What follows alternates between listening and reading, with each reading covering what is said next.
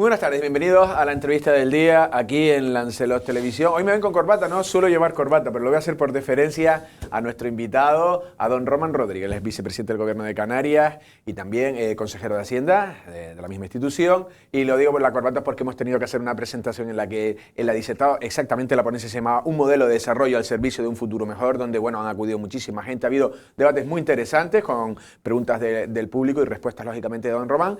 Y la verdad que he cogido algunas pinceladas, también he escuchado y otras cosas que también le he preguntado y yo creo que puede ser de mucho interés para todos ustedes. Sin más dilación pasamos a hablar con don Román Rodríguez. Román, ¿qué tal? ¿Cómo estás? Muy bien, ha sido un placer participar, agradecerles la iniciativa. Me parece bien que los medios de comunicación creen foros, espacios para el debate, para el encuentro, para la discusión. La asistencia muy bien y los contenidos del debate yo creo que de rabiosa actualidad.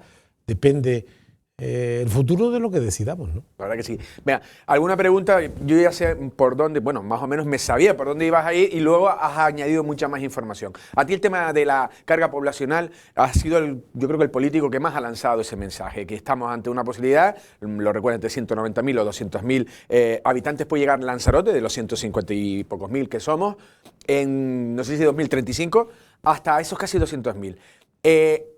Te lo preguntaba, ¿estamos haciendo las cosas correctamente? Nueva Canarias, en este caso, ¿tú qué prevés qué tendremos que estar haciendo ya para llegar a la situación? Yo sé que también comentabas que el cambio de modelo o una desaceleración del modelo, no sé, ahora lo comentarás tú, pero en el caso de que se confirmen esas cifras, tendremos que tener servicios. ¿Se están poniendo las bases para cubrir esos servicios? Lanzarote en 25 años aumentó la población un 100,11%. No es fácil encontrar en el mundo, si no es por problemas de desplazamiento humanitario, crecimiento de población en 25 años de este nivel.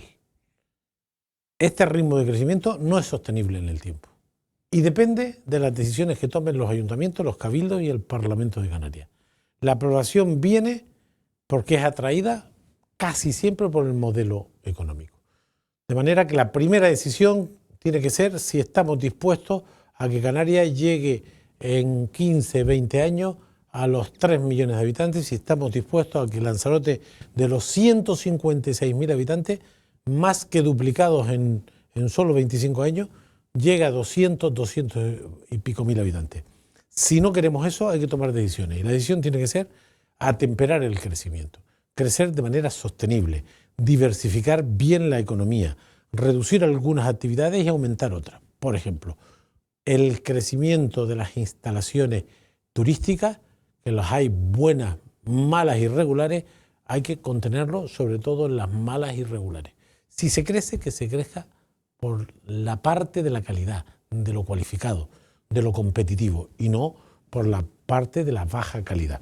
Por lo tanto, si no tomamos decisiones, la sanidad se va a seguir desajustando, la educación, los puertos, las carreteras, la producción de agua, la eliminación de residuos, la seguridad, la vivienda.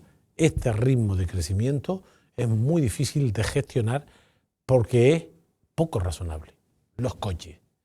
1.843.000 vehículos a motor. Si Canarias fuera un país independiente, seríamos la sexta potencia en vehículos por habitante del mundo. No tiene sentido más carreteras, más coches, más carreteras, más coches. Habrá que apostar por el transporte colectivo, por las guaguas, por los taxis, por los trenes, porque es la única solución. Pero Román, el modelo turístico canario no es único. Canarias no es la única zona turística del mundo, evidentemente. Aquí hay una cosa llamada rentacar, ¿no? Esa cifra sube mucho porque además ha subido incluso con la pandemia el uso del coche de alquiler. Entonces, también luego por otro hay mensajes contradictorios. Dicen, ¿no? Es que el turista que coge el coche de alquiler es un turista interesante, que quiere ir a los sitios, que no quiere quedarse en el todo incluido. Entonces, porque ¿de dónde se puede bajar? Sí, que nosotros utilicemos más el transporte público, pues puede ser, lo está utilizando ahora la gente con las medidas que se han tomado del gobierno, pero es difícil también, o hay una fórmula, dime la fórmula. Bueno, hace 3 años antes de la pandemia, porque tenemos el hijo de una amiga que vive en Suecia, nos fuimos de vacaciones toda la familia. No alquilamos coche. porque no se necesita Funciona bien. alquilar coches, porque hay guaguas, porque hay tranvías, porque hay metro y porque hay trenes. Y con un bono para extranjeros que es más caro que para los residentes, nos movíamos con frecuencia, calidad y seguridad sin problemas. Y además nos quedábamos en la casa del hijo de esta amiga que estaba fuera de la ciudad. De manera que hay lugares del mundo donde los visitantes utilizan el transporte colectivo porque este funciona. No todas las islas están igual. Por ejemplo, hay antes de la crisis, teníamos en torno a 300.000 personas en Canarias que utilizan el transporte público de forma regular, que tienen bonos, porque son trabajadores, estudiantes o personas mayores. Hay 300.000 bonistas. La mitad, ¿sabe dónde están? En Gran Canaria. ¿Por qué?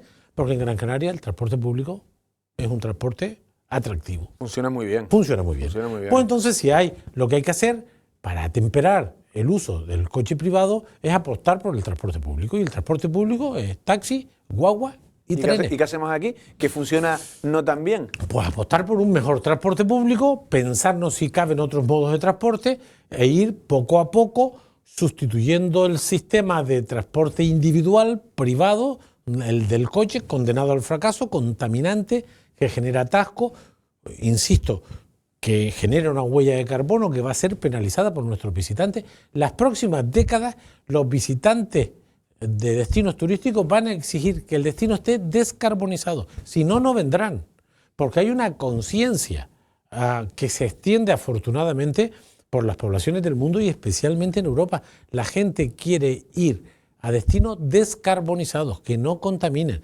Y una de las claves de la contaminación en Canarias es el 1.800.000 vehículos a motor. El avión es inevitable, aunque hay alternativas de combustible cada día más sobre la mesa. Pero sí que cabe que hagamos una apuesta decidida por el transporte público para evitar el uso masivo, exclusivo del transporte individual privado, ¿no? Dijiste en la conferencia, incluso lanzaste como, bueno, una idea, la de que en Lanzarote podría haber espacio para, tú llamas transporte guiado, lo que sería una especie de tranvía o tren que recorriera el eje sur-norte, norte-sur, es decir, o al menos desde Arrecife a Playa Blanca. ¿Cabe la posibilidad o la isla podría adaptarse a eso? Hay que estudiarlo, es decir, las islas, aquí las competencias, hay competencias municipales que son muy importantes. Y las ciudades, los pueblos tienen que tener su planeamiento. Hay una gran noticia, el planeamiento de Yaiza. Eso es un modelo, un camino, unas reglas. Luego el plan insular no se renueva desde 91. Esos son 30 y pico años. El plan insular tiene que reflejar el modelo de isla y establece las reglas de funcionamiento de lo público, de lo privado, del transporte público, de las infraestructuras, de los servicios, del suelo agrario, del suelo industrial, del suelo turístico. Debiéramos tener un instrumento como ese actualizado. Y en el proceso de planeamiento hay que ver la movilidad. Si tenemos aquí 160.000 personas y 80.000 visitantes de forma media y permanente, pues estamos hablando que tenemos aquí 250.000 personas de media. Bueno, pues entonces se estudia los planes de movilidad. Y en esos planes de movilidad sugería yo en el debate, sin pensarlo mucho, que hay que ver todos los modos de transporte. El transporte rodado, de carácter público, taxis y guagua, y la posibilidad de evaluar fórmulas de transporte guiado sostenibles y ligeros, ¿no? Venimos esta semana de estar en Bruselas en la búsqueda de financiación para los trenes de Gran Canaria y Tenerife, justamente para apostar más por el transporte público, y hemos visitado un estado en Alemania, Baja Sajonia, y nos enseñaban trenes movidos por hidrógeno. Los trenes de hidrógeno se van a imponer en el mundo porque no contaminan. Lo que echan a la atmósfera es vapor de agua. Es verdad que la tecnología del hidrógeno verde está arrancando, aunque estos trenes son al servicio público, ¿no? Entonces, tendríamos que evaluar, a quien corresponda, cuando se hagan los planes de movilidad de Lanzarote para esas 250, 300.000 personas potenciales usuarios, ver todos los modos de transporte, y yo no descartaría el transporte guiado, que necesita pues también un sustento de demanda. Tú no puedes poner transporte guiado para mover 200 clientes. Tiene que sacarse, los números tienen que dar. Pero yo digo, oye, ¿estás una isla? Es que aquí hay 250.000 personas, no estamos hablando, de 18.000. Bueno, pues habría que evaluar y eso se estudia. Se ve el terreno, se ve la frecuentación, se ve el parque móvil, se ve los movimientos poblacionales, residentes y visitantes. Lo que sí está claro es que nuestros visitantes casi todos proceden del resto de Europa y casi todos tienen incorporado en sus países de origen el transporte guiado como el transporte líder. Desde los alemanes a los suecos, desde los británicos al resto de los españoles. España tiene una potente red ferroviaria y tiene potentes metros. El metro de Madrid puede ser el cuarto más importante del mundo, después de Nueva York, Londres y habrá algunas ciudades del sudeste asiático. Ahora China ha roto todas las estadísticas, ¿no?, en los últimos 20 años, porque estamos hablando de dimensiones inabordables, pero el metro de Madrid es uno de los grandes metros del mundo. Bueno, pues es muy importante en Madrid la movilidad en metro, ¿no? Bueno, pues en islas como cuando se haga el plan, yo consideraría el transporte guiado como una opción, ¿no? Vale. Otra de las cuestiones, vamos dando saltos porque a mí aquí el tiempo se nos va rápido. Hablaste de endeudamiento. El endeudamiento ha sido un problema tremendo. Por un lado, me pareció entenderte que se había recortado deuda. Nosotros. Ustedes, pero claro, hablabas luego de una serie de supergastos, como ha sido afrontar ERTE, como ha sido una situación durísima, porque eso... no sé si es contradictorio el mensaje o es cierto. No, es decir, aquí ha habido dos crisis en los últimos 15 años. La del 9 al 14, la crisis primero financiera y luego económica, que se saldó con la famosa austeridad, los desahucios masivos, gente en la calle, millones de empresas cerradas, recortes en el gasto público, en la sanidad y en la educación. Ese fue un modelo, el de los hombres de negro, el de la prima de riesgo, el de la austeridad. Y ha habido una etapa ahora con una crisis distinta, que ha sido la sanitaria, que luego ha contagiado la economía, que se ha resuelto con más recursos europeos, con más recursos españoles y con más recursos canarios. En el caso español, lo sustancial de la financiación de las políticas para paliar la crisis del COVID, sanitaria y económica, ha sido dinero público vía deuda. Y nosotros, los 1.144 millones de euros que repartimos aquí a las empresas, de ellos 200 millones a empresas de Lanzarote, fue dinero de deuda pública española que captamos para Canarias y que distribuimos entre las empresas. Por lo tanto, ha habido más deuda pública de España para las ayudas directas, para los ERTE, para los créditos. Pero nosotros como Canarias hemos bajado impuestos de manera selectiva, el impuesto del combustible a los transportistas, agricultores y ganaderos. Lo devolvemos al 99,9%. En La Palma hemos reducido el IGIC, transmisiones patrimoniales, etcétera, prácticamente el cero a los afectados. Ahora tenemos una rebaja del IRPF de 100 millones para la gente de menor renta en la ley de presupuestos de este año. Por lo tanto, hemos rebajado la fiscalidad de forma selectiva y quirúrgica y hemos reducido la deuda de Canarias. Tenemos menos deuda que cuando llegamos. Y sin embargo el presupuesto es el más expansivo de toda nuestra historia. El del año 20, 21. ¿Eso no es la inflación, Román? No. Estoy hablando del gasto, del presupuesto, no de los ingresos. El gasto, el presupuesto del año 23... Bueno, pues están relacionados, ¿no? Tiene que estar equilibrado. Sí, pero lo sustancial de nuestros ingresos no son los impuestos que pagamos aquí. El 85% son recursos que vienen de fuera. Del Estado, Entonces, hay también aquí una confusión interesada de la oposición conservadora de confundir y hacer populismo fiscal, pero lo sustancial de los recursos de la sanidad, de la educación, de las carreteras, de la vivienda, son recursos que captamos de Europa y que captamos de España. Pero de Europa luego decías... Por ejemplo, estamos hablando, muy interesante lo que comentabas de los fondos Next Generation, no le dabas mucha importancia, como diciendo, dentro del presupuesto del gobierno de Canarias no es tanto. Sin embargo, y voy un poco por allí, decías, si no me equivoco, soy malo para los números, pero bueno, que 2.000 y pico millones pueden ser los que vengan entre una cosa y otra, de las Next Generation, más los ordinarios. Más los 5.000 que serían... Unos 7.000, 8.000. 7.500 millones tendremos de fondos europeos entre el 2001 y el 2027. En torno a 1.000 millones año, que es una cantidad importante, de media. Hay años que serán más y años que serán menos. Pero eso es el 10% de lo que será el presupuesto canario los próximos 7 años. Si tú coges el 21-27, los presupuestos serán más de 70.000 millones, 75.000 millones. Los recursos públicos que proceden de la Unión tienen una aportación al presupuesto canario en torno al 8 al 10% en función del año. Lo sustancial del presupuesto son las aportaciones del sistema de financiación nacional, de los impuestos españoles. También tengo que decir que el IVA que pagan en el resto de España del 21%, aquí es el 7%. Un tercio del IVA que se paga en el resto de España se financia también nuestra sanidad y nuestra educación. De manera que los fondos europeos son importantes, sí, pero lo sustancial son los fondos propios. Y estos fondos europeos nos tienen que ayudar, nos deben ayudar. ¿A qué? Y esta es una condición que yo sí valoro, y es que no te lo puedes gastar en voladores. Te lo tienes que gastar en digitalización, en modernizar las empresas. Te lo tienes que gastar en la transición energética, en producir energía eólica, fotovoltaica, hidrógeno. En definitiva, en cualificar el sistema económico público y privado, y ese es el valor de los fondos. No tanto la cantidad, que está muy bien, porque son recursos adicionales a fondo perdido, pero lo más importante es que están orientados hacia dos políticas estratégicas: sostenibilidad, descarbonización, digitalización, mejora de la productividad. Román, decías, casi lo dijiste, que esos plazos reconociste que casi no se van a cumplir, o algo así te quise entender, o que se van a tener que, probablemente se tenga que hacer una prórroga. Decías que hace unas presiones impuestas por los países del norte, como para ver si no lo logramos, pero entonces, ¿crees tú que debería haber prórroga porque no vamos a llegar?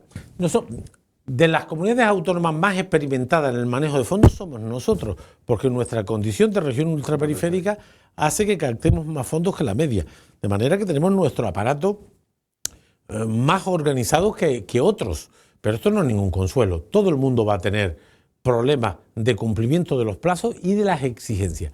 Los países que no querían fondos extraordinarios pusieron dos condiciones para ver si fallamos: acortar los plazos y endurecer las exigencias.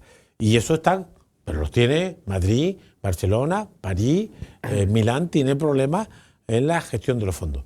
De todas formas, yo no estoy preocupado por el ritmo. Primero porque tenemos 6 años. Los fondos no... El presupuesto del año 22 son 10.180 millones. De esos 10.180 millones, pues 9.550 son recursos para el año 22. Que nos lo gastaremos en el año 22 porque son perras que están ahí para gastarse en el 22. Y luego hay 500, 600 millones que son para comprometer los próximos años. Los Next Generation, el MRR es hasta el 2026. Tú los programas, sacas las licitaciones y te los gastas 22, 23, 24, 25, 26. De manera que la ejecución de estos fondos es hasta el 26. Los fondos Next Generation. Los fondos del presupuesto europeo ordinario hasta el 27. Y los fondos propios son para el 22. Las perras de la sanidad nos las vamos a gastar y nos faltará. Las perras de educación nos las gastamos y nos faltará. Las perras del MRR se comprometerán, una el año 22, otras el 23, unas se gastarán el 22 y otras el 23, pero tendremos hasta el 26. Por lo tanto, la ejecución presupuestaria no se puede mezclar el carril de los fondos, que es distinto y con más tiempo, del carril de los recursos propios, que es otro carril con un tiempo limitado, que es el 31 de diciembre del año en curso. Por año. Vale, el tema de implantación, porque está relacionado a los fondos Next Generation, lo has dicho, digitalización y sobre todo la implantación de energías renovables, descarbonización y demás. Varios, no sé si fueron, no sé exactamente cómo se dice, pero el gobierno de Canarias incluso daba luz verde a varias implantaciones de infraestructuras fotovoltaicas y eólicas también. Creo que en este caso, no me acuerdo bien si era una eólica y 2 solares, que Lanzarote rechaza. Lanzarote dice que no. Lo primero, ¿cómo se siente el gobierno de Canarias cuando dice vamos por aquí y la isla le dice que no? Eso lo primero. Y segundo, si lo puede concretar en la misma respuesta. Luego, hasta el Cabildo de Lanzarote casi que vanagloria que no sé si la palabra es decreto, el gobierno de Sánchez ha sacado eso de que se puedan correr los proyectos para llegar a tiempo, incluso sin un estudio de impacto ambiental. Pero en Lanzarote enseguida se ha dicho, eso es cosa del Estado, que esos son para, no sé si instalaciones de más de 50 megavatios o algo así. Esa doble vertiente, lo digo porque no sé si por un lado Lanzarote pone trabas a la implantación, y no lo digo precisamente de su grupo político, porque aquí en Gran Canaria sí están, pero aquí el Partido Socialista sí que está. No quiero tampoco que enemistar con sus socios, pero el Partido Socialista aquí lo hace. ¿Entienden ustedes que dicen, ya están los de Lanzarote rechazando? Vamos a ver, aquí cada palo aguanta su vela, ¿eh? Ojo, que una de las claves del próximo futuro es la autosuficiencia energética. Yo no me sé los datos de detalle del origen energético de lo que aquí se consuma, pero debe ser el 90% de origen fósil. Bueno. De manera que cada territorio tiene que articular mecanismos de producción energética renovable. En Gran Canaria la apuesta es clarísima, por la fotovoltaica, por la eólica terrestre y marina, y por el salto de agua a Chira-Soria, porque allí las condiciones naturales lo permiten. Y por supuesto por el hidrógeno. De manera que si Gran Canaria sigue con los planes que tenemos, va a cumplir el objetivo del 50% en el año 30 y de llegar al 100% 30 o 40 años después. Y esta va a ser una exigencia cuando nuestros visitantes de Alemania, de Suecia o de Inglaterra elijan dentro de 10, 15 años ir a un destino para decir, oye, ¿y cómo se alimentan los coches, los hoteles, cómo se calienta el agua en ese territorio? Y como no tengas autonomía energética renovable, no vendrán.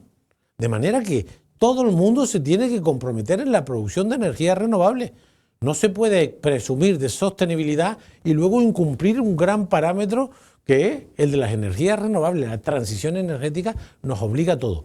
Desde la casa, es decir, de tener en tu casa tus placas ayudadas públicamente para producir la energía que tú consumes, a la parte pública de la producción y la privada. De manera que puede ser quedar bien hoy para mañana tener un problema. Hay que producir energía y tenemos condiciones naturales de viento, sol y mar para ser autosuficientes energéticamente, para tener soberanía energética. Y hay territorios que van como una tralla, que van bien, porque lo tienen planeado, porque asumen la cuota que les corresponde, y Gran Canaria es un buen ejemplo. Me van a permitir que arrime el ascua a mi sardina, pero yo creo que Gran Canaria tiene un plan para el sector primario, para la producción energética, para la producción alimentaria, para recuperar los terrenos de cultivo que se pierden, para un sistema turístico sostenible, para la movilidad sostenible. El tren es uno, además de las guaguas, que insisto, la mitad de los bonistas de Canarias están en Gran Canaria, porque funciona bien. Si a usted le dan facilidades en puntualidad, rapidez, seguridad y precio, usted no coge el coche, coge la guagua.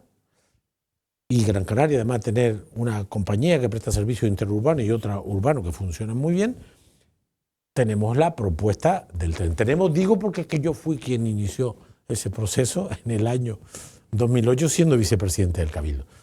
Ahora, todo el mundo tiene que asumir la cuota de responsabilidad que le corresponde en la producción energética, porque si no, cuando se vea el mapa de dónde sale la energía de cada territorio, habrá territorios que tengan 50, 60, 70% de energía renovable y habrá otros que tengan 80, 90 de energía fósil. Sí, se verá quién ha hecho los deberes. No, de todas maneras, Gran Canaria está no solo en movilidad, por ejemplo, en planeamiento. Acaban de sacar un plan insular. Lanzarote, ya lo ha dicho desde el año 91, en eso somos especialistas.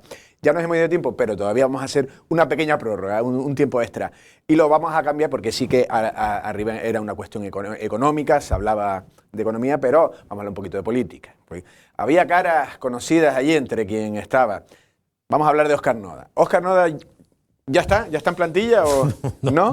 Está más que Armando Santana casi, que va más a los actos que... No, pero digamos, Unidos por Yaiza es un partido con historia, con tradición, que gobierna esa importante ciudad, que tiene plan de ordenación muy importante, se sabe cuál es el futuro. Se discrepará, pero hay un plan, hay una estrategia, hay unas reglas del juego y eso es una garantía de futuro. Por cierto, hemos inaugurado una reforma del puerto de Playa Blanca extraordinario, seguro, sostenible, moderno, eficiente y bonito, porque es bonito, y no es fácil ver puertos bonitos. Por lo tanto, hay que respetar la dinámica de esa organización, está en un proceso interno de designación de candidatos, nos podemos imaginar quién puede ser, pero eso hay que culminarlo, y estamos en un proceso de diálogo con esa organización para sumar fuerza. Se trata de sumar. La gente de Unidos por Yaiza se parece mucho a nosotros, les inquietan las mismas cosas y además tiene una cultura política parecida. Nosotros no queremos bronca, no queremos guerra, nosotros queremos gestión, organización y planificación. Y a esta isla les sobran las confrontaciones y le falta juntar fuerza, tomar decisiones, analizar, hablar del plan de ordenación de esta isla, hablar de la movilidad, hablar de la sanidad, hablar del tercer sector, el papel de las ONG. En Lanzarote tienen ustedes organizaciones no gubernamentales que son modelo, que son historia del compromiso social y lo están pasando mal. Ahora hablaba con algunas de ellas. Con Mónica. Estamos, por lo tanto, con muchas tareas. Yo espero que concluya el proceso interno de elección y que sigamos el proceso de diálogo para que juntos seamos más fuertes en el espacio del canarismo de progreso, en el Cabildo y en Canarias. Esto lo estamos haciendo en todos los territorios. Después de mucho tiempo de diálogo, esta tarde firmo un acuerdo con una fuerza política, Fuerteventura Avanza, para ellos por su cuenta en el ámbito local. Va a haber una candidatura de este partido en Puerto del Rosario y otra de Nueva Canarias, pero juntamos la fuerza a nivel de la isla para el Cabildo y para el Parlamento. En esa isla hemos hecho una coalición electoral Conjunto por Pájara, que es un partido de reciente creación que encabeza el antiguo alcalde Rafael Perdomo. El movimiento renovador de Tinajo, en Tinajo, se ha incorporado al proceso de Antonio Morales, que estaba hoy también aquí. En Tenerife vamos avanzando con 4 o 5 fuerzas políticas locales. Nosotros creemos en el municipalismo, tiene una alta capacidad de transformación y el proceso de diálogo unido por Yaiza está abierto, pero tiene sus ritmos, sus plazos y daremos las noticias cuando estén consolidadas. Vale. Última pregunta. Otra cuestión que, bueno, fue lo que comentabas en eso, que fue lo que hizo romper la coalición canaria, ¿no? Dividirse o lo que fue el modelo de desarrollo. Había distintas opiniones. Vale, vamos a dejarlo ahí.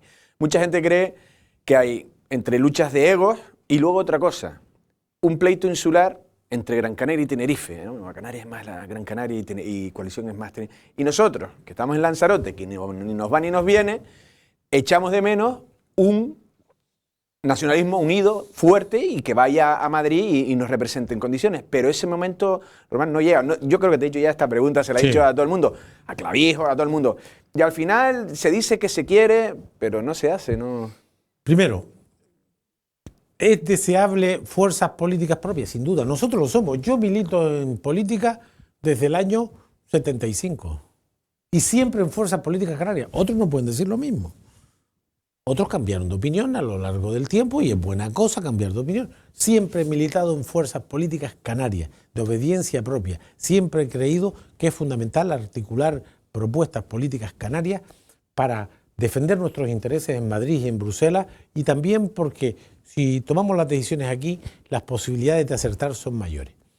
Por lo tanto, muy importante la exigencia, la necesidad de fuerzas políticas propias. Lo ideal sería una gran fuerza política unificada que representara a la mayoría. Hubo momentos en que esto funcionó razonablemente y justamente las diferencias sobre qué modelo queríamos empezaron a quebrar el proceso. Luego, los manipuladores, que a ver los haylos, los interesados, los que viven del cuento, pues dieron la versión que dan los que tienen intereses creados. ¿Sería deseable juntar fuerzas? Sí. ¿En base a qué? A un programa. Por ejemplo, juntamos fuerzas para las elecciones generales y teníamos un programa de defensa de Canarias. Resultó que salió los socialistas y no le gustaban los socialistas y se levantaron de la mesa. Cuando se va a Madrid, se va a defender a Canarias con un programa, mande quien mande. Yo me senté con Rajoy y llegué a acuerdo, y me senté con Pedro Sánchez y llegué a acuerdo. Allí se va a defender a Canarias. Ellos se levantaron. Estaban contentos con Rajoy. Sí, pero al electorado no le gusta ver que se juntan justo en las elecciones. Generales. En la general. Pues claro, porque luego sobre el Tienen un proyecto serio. Claro, pero esto no es fácil, tenemos que estar de acuerdo. Es decir, ellos han hecho una ley del suelo que yo creo que no ha servido. Yo la critiqué, esa ley no ha servido. Ellos hicieron un FEDECAM para cambiar el mundo y no ha servido para cambiar nada. Entonces, el planteamiento de la política son las ideas y las propuestas. ¿Se está de acuerdo o no se está de acuerdo en contener el crecimiento? ¿Se está de acuerdo o no se está de acuerdo en el transporte colectivo? ¿Se está o no de acuerdo en la sanidad pública? ¿Se está o no de acuerdo en un modelo fiscal que alimente de recursos ese tema? Lo que no puede ser es lo que está haciendo Coalición Canaria y el PP, que no lo hace el PP a nivel de España. Tenemos el IVA, el IGIC, más bajo de toda Europa. Y están pidiendo una rebaja generalizada. Nadie se atreve en Europa, ningún partido de derecha, y ellos lo son, a plantear rebajar el IVA, que es del 21%. Pues aquí, como no tienen nada que aportar, pues hacen populismo fiscal, demagogia. ¿Cómo vamos a rebajar un IVA, un IGIC del 7%, que de él depende la financiación de los ayuntamientos y de los cabildos fundamentalmente? Lo dicen porque están en la oposición, porque cuando están en el gobierno no lo hacen. Entonces, estas son las cosas que hacen que no coincidamos. De todas formas, yo no dramatizo. En Cataluña hay varios partidos nacionalistas. Varios. Sí, pero mira cómo están ahora. Ya. En Euskadi hay varios partidos nacionalistas. Y en España también. Porque en España hay un partido nacionalista español, que es el PSOE, y un partido nacionalista español, que es el PP. ¿Sería deseable la confluencia? ¿Nosotros estamos abiertos al diálogo? Sí. ¿Qué condición ponemos? Programa, programa y programa. Análisis y propuestas. El futuro de Canarias depende de las decisiones que aquí se tomen. Y queremos decisiones para la mayoría, sostenibles, equilibradas, justas. No queremos dejar a nadie fuera. El papel de las ONG es fundamental. Hay que ayudar a los jóvenes, hay que ayudar a los enfermos, hay que ayudar a los mayores y tenemos que hacer una sociedad solidaria. Y queremos un sistema fiscal justo y proporcional, que pague todo el mundo y que paguen los que más tienen. Yo no estoy preocupado porque los bancos paguen más impuestos. Ayer vi los resultados de la banca y son obscenos. Obscenos, más que nunca. Pues que paguen, que paguen. Es decir, pues ellos no dicen nunca esto, siempre dicen bajar impuestos comprometiendo el futuro de lo público. ¿Por qué no se apuntan a poner impuestos a los muy ricos, a la banca y a las energéticas? Yo eso lo defiendo. Sí, los que ganen. Y esto es modelo de sociedad, ideas, principios, programas, y ahí estamos abiertos a discutir. Yo por lo menos espero que algún día se pongan de acuerdo y que haya programa y lo que sea necesario para que Canarias tire para adelante. Don Román Rodríguez, ha sido un verdadero placer. Muchas gracias. Igualmente. Muchas gracias por la iniciativa, enhorabuena, y yo creo que los medios, además de informar, tienen que facilitar el debate y hoy hemos tenido una oportunidad que agradezco. La verdad que sí, ha sido muy interesante. Muchas gracias. Han escuchado a las palabras de Román Rodríguez, en este caso, vicepresidente del Gobierno de Canarias y consejero de Hacienda del Gobierno de Canarias. La verdad que hemos tenido la oportunidad de estas conferencias en la que ha explicado con detalles de cuál es la situación, cuál es el futuro, por dónde debe ir los tiros hacia dónde debe ir Canarias. Y bueno, en esta entrevista hemos hablado un poco de economía porque políticamente no se habló en eso, pero bueno, él ha dicho, no ha dicho que Óscar Nava, le decía yo, en plantilla, todavía en plantilla no está, pero será presentado y él vendrá aquí a Lanzarote a presentarlo. También estaba Antonio Morales de Tinajo y Nueva Canarias está, bueno, reforzando y, bueno, puede ser un actor importante en los próximos comicios regionales y locales. Nosotros sin más nos despedimos. Pasen una feliz tarde.